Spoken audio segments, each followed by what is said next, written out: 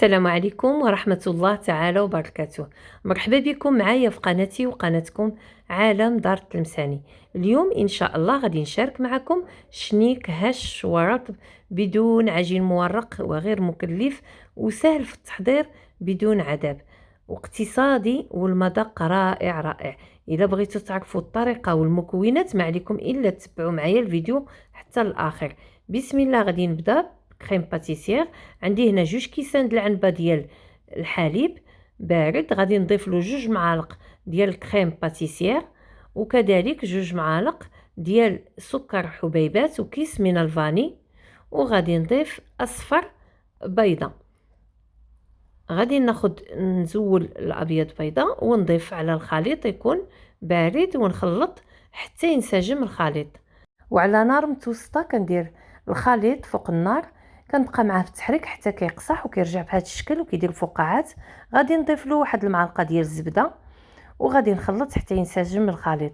غير نسجم الخليط غادي نصب هذا الخليط في واحد الزلافه ونغطيه بابي سولفيريزي او بلاستيك غذائي باش ما كيديرليش واحد القشر، وغادي نوضعه في الثلاجه وندوز معكم نحضر العجين. غادي نحتاج 300 غرام ديال الدقيق الابيض، ما يعادل 3 الكيسان ديال العنبه، 2 معالق كبار ديال السكر حبيبات اي سنيده، ربع كاس من زيت نباتيه والملح وخميره ديال العجينه اي حبيبات والماء اللي غادي يجمع لنا هذا الخليط.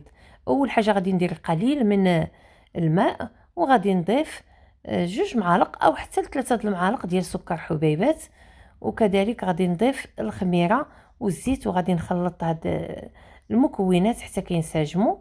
من بعد غادي نضيف لهم الدقيق الابيض، يعني 300 غرام ديال الدقيق الابيض اي الفرص، وغادي نبدا نخلط. غادي نستعن بالعجانه ونبدا نجمع العجين ديالي. يعني هنا هاد 3 ديال الكيسان ديال الدقيق تقريبا هاد الكاس ديال الماء د العنبه كيجمع ليه هاد القياس. غادي نبقى هكا كنجمع العجينه حتى تنسجم لي ونخليها كتدلك، يعني تقريبا واحد 20 دقيقه في العجانه حتى كتصبح لي بهذا الشكل. يعني من بعد ما كتصبح لي بهذا الشكل غادي نشكلها 3 ديال الكويرات كيف ما كتوضح لكم الصوره، وغادي نخليهم يرتاحوا تقريبا واحد 15 دقيقه حتى 20 دقيقه. غادي نغطي عليهم ونخليهم على جنب. ودابا غادي نحضر معاكم هذيك باش غادي نورق هذا العجين. غادي ناخذ 3 ديال المعالق ديال الزبده كبار، غادي نديرهم فوق النار حتى يذوبوا، كيزول منهم هذاك الحليب اللي كيكون فيه، يعني كيغلى مزيان. وكنضيف لها معلقه ديال الفينو، معلقه كبيره، ومعلقه ديال الخميرات الحلويات اي كما حنا كنقولوا في المغرب الخماره حمراء. اذا هنا من بعد ما كينسجم لي الخليط غادي دوز من بعد ما داز 20 دقيقه كيكون العجين ديالي ارتاح مزيان. غادي ناخذ كره من ديك الكرات وغادي نطلقها، وغادي نستعين بالزيت النباتيه. غادي ندهن سطح العمل وغادي نطلق الكره الاولى مزيان كيف ما كتوضح لكم الصوره. غادي نطلقها بهذا الشكل وغادي ندهنها بهذيك الزبده اللي خلطت مع الفينو والخميره ديال الحلويات.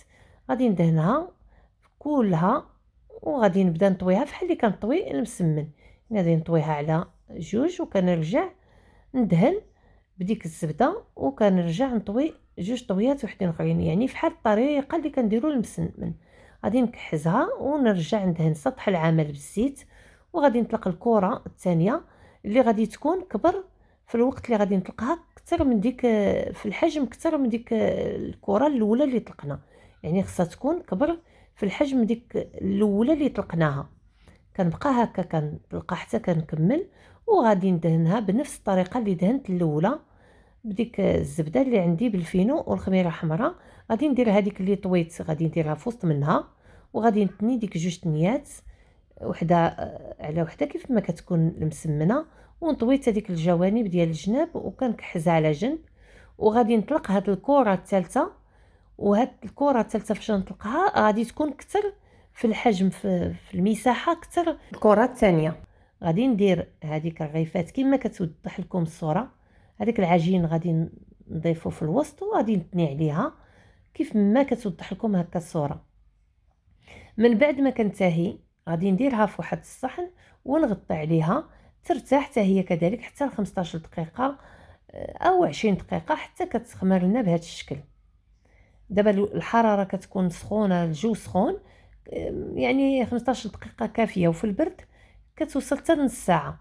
من بعد غادي نستعن بالدقيق بعد ما مسحت سطح العمل مزيان من ديك الزيت، وغادي نطلق هذا العجين بعد ما ارتاح 20 دقيقه. غادي نطلقها بهذا الشكل كيف ما كتوضح لكم، يعني على شكل مربع. الحجم ديالها تقريبا 40 سنتيم في كل جهه، يعني غادي تجي مربعه. هنا عندي غادي ناخذ الزبيب اللي كنت مفزكاه من قبل والكريم باتيسير اللي غادي نطلقها مزيان باش ما يبقاليش فيها الكويرات، وغادي نطلقها على ديك الوجه ديال العجين، وغادي ندير الزبيب. يمكن لكم تديروا مثلا كاوكاو او ديروا الشوكولا اذا بغيتو مقطعه. انا درت هنا الزبيب وكنبقى ندورها هكا بهذا الشكل متساوي، يعني غادي نمشي بها بلا ما كنزير، يعني انا كنجمع وبلا ما نزير. غادي ناخذ هذا الجنب ديال العجين وغادي نبرك عليه بصبعي مزيان باش يرقاق، وغادي ناخذ الماء وغادي ندهن ديك الجنب وغادي نلوي باش ما غاديش تحلي العجينه. نرجع ندير الدقيق في سطح العمل وغادي ندير هذاك العجين فوق منه، ونحاول نجمع هذوك الجوانب بيدي مزيان بحال اللي كتوضح لكم الصوره، باش الوقت اللي كنقطعها ما كتحليش العجينه. هنا غادي ناخذ واحد الطبسيل اللي غادي ندخل الفران، غادي ندير فيه ورق الزبده وغادي نقطع بالخيط بهذا الشكل كيف ما وضحت لكم الصوره. غادي نستمر.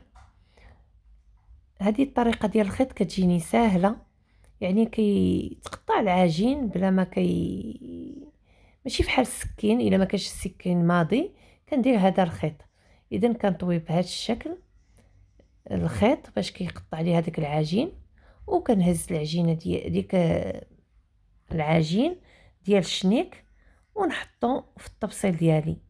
اذا بعد ما انتهيت غادي نخليه على جنب على ما يخمر، وملي غادي يخمر غادي ناخذ بيضه كامله، غادي نخلط معها قطرات من الخل وغادي ندهن بها كيف ما كتوضح لكم الصوره. هنا غادي نكون مسخنه الفران على 180 درجه، العافيه من الفوق ومن التحت، وحتى كيوجدوا لي بهذا الشكل كيف ما كتوضح لكم الصوره قبالتكم.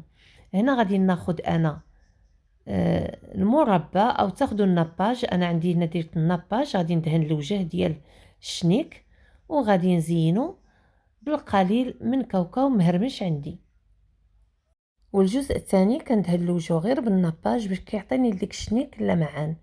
وكيف ما كنقول لكم دائما التزيين تيبقى على حسب الرغبه ديالكم. يمكن لكم ديروا رقائق اللوز، يمكن يعني اي حاجه عندكم في المنزل بغيتوا تزينوا بها الشنيك تزينوه. المهم هو المذاق كيجي رائع واقتصاديا وما كياخذوش واحد الوقت في التوجد ديالهم. هنا غادي نكون وصلت معكم لنهايه الفيديو.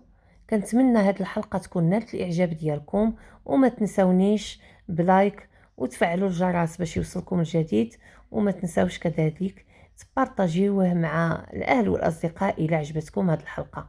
هنا غادي نكون وصلت معكم لنهايه الفيديو. خليت لكم الراحه حتى الحلقه قادمه ان شاء الله. مع السلامه.